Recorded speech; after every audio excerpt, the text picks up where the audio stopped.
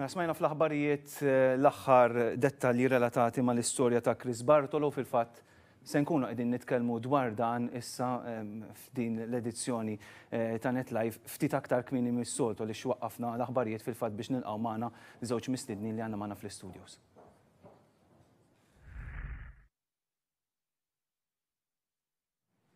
Mela, Chris Bartolo se jkun qiegħed jinħeles mill-ħabs saga li issa nafu li għaddejja għal diversi ġimgħat u xhur.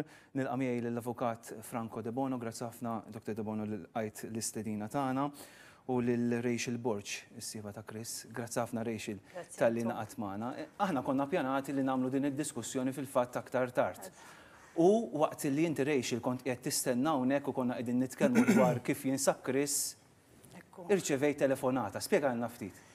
Mhux waħda rċevejt, bdew jiċemplu li ħafna nies għadni eġitata sissa u ma nistax nemmen għax ilha xi ħaġa għaddejja kienet karba umanitarja fl-aħħar mill-aħħar. Minn hawnhekk nixtieq nirringrazzja lil kulħadd għax kulħadd kien warajja l-ħaġa għadni ma nistax nemmen naħseb seħħet ġustizzja llum. U kont ittejlu wkoll kemm tistenna s-moment li tiltaq ma' Chris la darba fis-sijat li ġejjin issa jkun qed joħroġ mill-ħabs.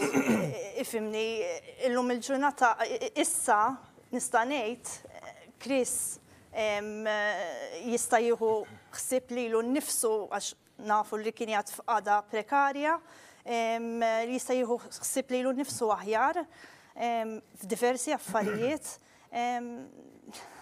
Naħseb saret ġustizzja. Għalik, għal-familja ta'kom, għal-ħbib ta'kom, moment ta' ferħ bla dubju llum. Ekku, fl-aħħar mill-aħħar nafu għal xiex kienijat fuq cannabis li qiegħda tiġi wkoll diskussa fil-Parlament, nemmen li il-loġika rebħet fuq dan il-każ. Il-loġika rebħet. Kienet twila triq għaliex għaddejtu minn diversi stadji, forsi nistgħu nfakru ftit kif wasalna sawn. Naħseb illum il-ġustizzja ftit minuti ilu għamlet rebħa importanti. Ja rebħa għal Chris Bartolo, persuna li kien qiegħed il-ħabs meta qatt għandu l-appell pendenti ma ninsewx. Dan huwa biss deċiżjoni waħda għatem diversi sentenzi li jridu jingħataw fil-qrati. Hemm l-appell kostituzzjonali, ma ninsewx Chris Bartolo rebaħ kawża kostituzzjonali. Irid insellem ukoll l-avukat Jason Grima li kien hemm qabli jiena dħalt fis-stadju ta' appell, nixtieq insellem ukoll u nirringrazzja Jason Grima għax-xogħol tajjeb li għamel qabel dħalt jien sal-ġuri, sas-sentenza tal-ġuri kien hemm Jason Grima li għamel xogħol tajjeb ħafna wkoll u nixtieq insellimlu. Id-destirriet illi naħseb li f'waħda mill-iktar deċiżjonijiet importanti fil-karriera tiegħi kelli nkun fuq net television illi propju ngħix dan ir-riżultat daqshekk importanti.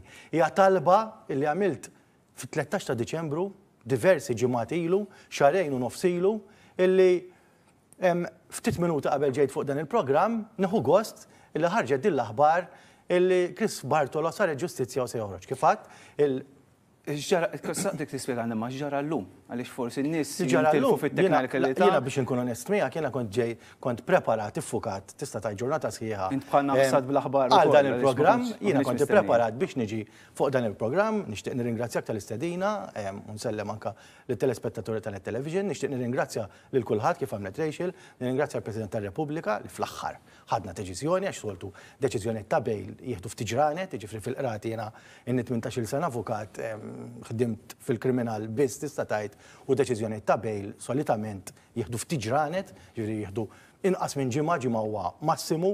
Nirringrazzja l-President tar-Repubblika, nirringrazzja l-Ministru tal-Ġustizzja, nirringrazzja l-Kabinet tad-deċiżjoni tiegħu, nirringrazzja wkoll il-Dr. Adrian Delija illi ħa interess partikolari f'dan il-każ, tkellimt miegħu qalli li anke hu stess tkellem mal-President, nirringrazzja lil Jason Azzopardi li kiteb pubblikament ukoll favur dan il-każ. U lil dawk il-persuni kollha illi urew interess f'dan il-każ umanitarju. Jiena fit 18-il sena, Robert, din is-section partikolari l-5742 qatt ma nvukajta qabel għax titratta każijiet speċjali. U nemmen illi l-każ ta' Christopher Bartolo huwa każ speċjali. Din mhux se tkun qed timpinġi fuq id-deċiżjoni tal-qrati, għadhem deċiżjonijiet iridu jittieħdu, deċiżjoni tieħduhom il-qrati. Mhux problema, però t-talba tagħna kienet isma' Jekk dawk id-deċiżjonijiet tal-qrati ikunu favur Chris Bartolo, jkun hemm tnaqqis fil-pjena jew addirittura l-pjena titneħħa, inutli titneħħa dik il-pjena jekk da jkun diġà skunta, mela allura il-buon sens għandu jirrenja. Għaliex, għax jekk il-qrati jiddeċidu li jikkonfermaw dik is-sentenza, ħa Christopher Bartolo jerġa' jmur u jiskonta dak li il-qrati għadu l-għandu skonta. Pero jekk bil-maqlub il-qrati jiddeċidu li dik il-pena għandha titnaqqas jew titneħħa, tkun qed isseħħ inġustizzja kbira. Jekk dak il-pena jkun diġà skonta. Allora naħseb illi din hija deċiżjoni ta' sens komun u għalhekk qiegħed nirringrazzja lil dawk il-persuni kollha, inkluż kif għadd anka kemm il-President li ovvjament hija għax l-artiklu tal-Kodiċi Kriminali 5742 jistipula li t-talba trid issir lil President tal-Repubblika, però ovvjament li taġixxi fuq il-parir tal-Kabinett jew tal-Ministru u li dawk il-persuna kollha involuti kemm fid-deċiżjoni infisa u kemm illi appoġġjaw din it-talba ta' natura umanitarja. Nixtieq li minn hawn ftit tal-ħin ieħor ukoll nagħmlu kollegament permezz ta' Skype ma' Stephen Vassallo li kien wieħed minn dawk il-persuni li tista' tgħid din l-esperjenza magħkom Rachel għal diversi xhur għaliex Stephen kien il-persuna li kien donatur ta' kilwa u għen ħafna lil Chris f'dan il-proċess. Apparti li kien id-donatur għen ħafna wkoll fil-ħajja tiegħu għax f'kull sens, jiġifieri anki dan l-aħħar baqa' jgħin. Mela ħandaħluh magħna għaliex Stephen qiegħed f'kollegament dirett permezz ta' Skype. Stephen, insellimlek kif ħatta int din l-aħbar? Stephen, suppostet jismana, insellimlek Stephen, is-serata tajba. Stephen? Right. Insellimek, ferħan ħafna bħat. Mela, ma nafx jekk Stephen u ixet jismana, sakemm forsi nkunu qegħdin nirranġaw dak il-kollegament, xtaqtek tispjegana s-sejġri minn hawn il-qudiem għaliex s'issa ħarġet l-aħbar donnu kien hemm l-ewwel il-ħajp isma' okej, fl-aħħar sibna soluzzjoni din l-istorja ta' Chris li nkarpru fuqha. Imma issa x'sejġri anke biex nispjegaw dawk li Għandi nifhem li l-President jekk kien hemm id-deċiżjoni tal-Kabinet, ovvjament il-Kabinet jgħaddu l-parir lill-President, President ovvjament tiffirma id-deċiżjoni tajjeb u jingħata l-ħelsem mill-arrest joħroġ mill-ħabs. Issa tista' tagħmel kundizzjonijiet, tista' ma tagħmilx. Jiena fl-ittra dettaljata mhux ħażin li kont preżentajt lill-President nhar 13 ta' Diċembru tas-sena l-oħra. Kont indikajt ukoll illi jista' ukoll ikollu l-istess kundizzjonijiet li kellu ta' ħelsem mill-arrest għax Chris Bartolo qabel id-deċiżjoni tal-ġuri, il-ġuri ma sarx għax kien ammetta. Però xorta ngħidu isma' d-deċiżjoni tal-qorti kriminali.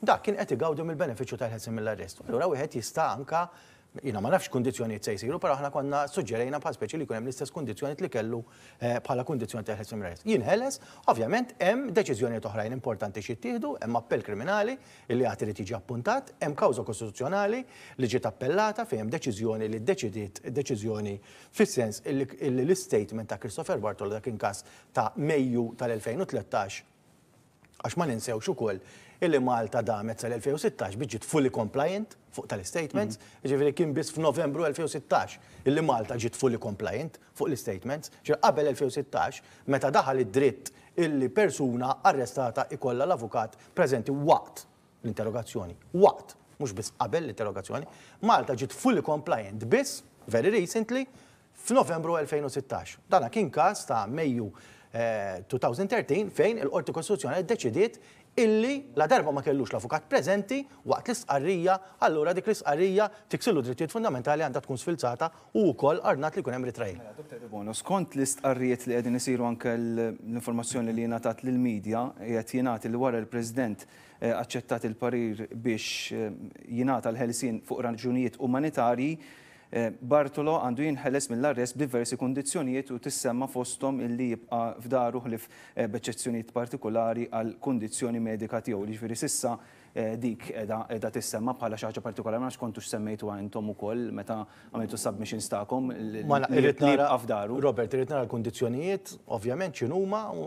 Imma interessanti li jerġgħu jsemmu l-aspett umanitarju li inti din qiegħda ssir biex il-persuna jingħata l-kura li għandu bżonn. Ovvjament, u din Robert, din hija rimedju eċċezzjonali. Ġifieri inti jiena kif għadlek, fit-18 sena li avukat qatt ma ħassejt li kelli każ suffiċjentement speċjali li jimmerita li nirrikorri ant il-President u ninvoka dal-artiklu tal-liġi. Huma biss każijiet eċċezzjonali u jiena dejjem emmint li l-każ ta' Chris huwa każ eċċezzjonali u allura il-bażi umanitarja kienet element importanti f'dan il-każ. L-aspett umanitarju li dan inti ilek żmien twil titkellem dwaru li x'inti għextu. Inti tafu l-Chris, taf minn xi xaddej, taf il-kundizzjonijiet tas-saħħa tiegħu u taf li kif ngħidu bil-Malti dan mhux kapriċċ, verament kien hemm din il-ħtieġa biex saret din it-talba. Ekku, jiena dejjem emmint f'dan il-każ u l-kawża li daħħalna fit-13 ta' April.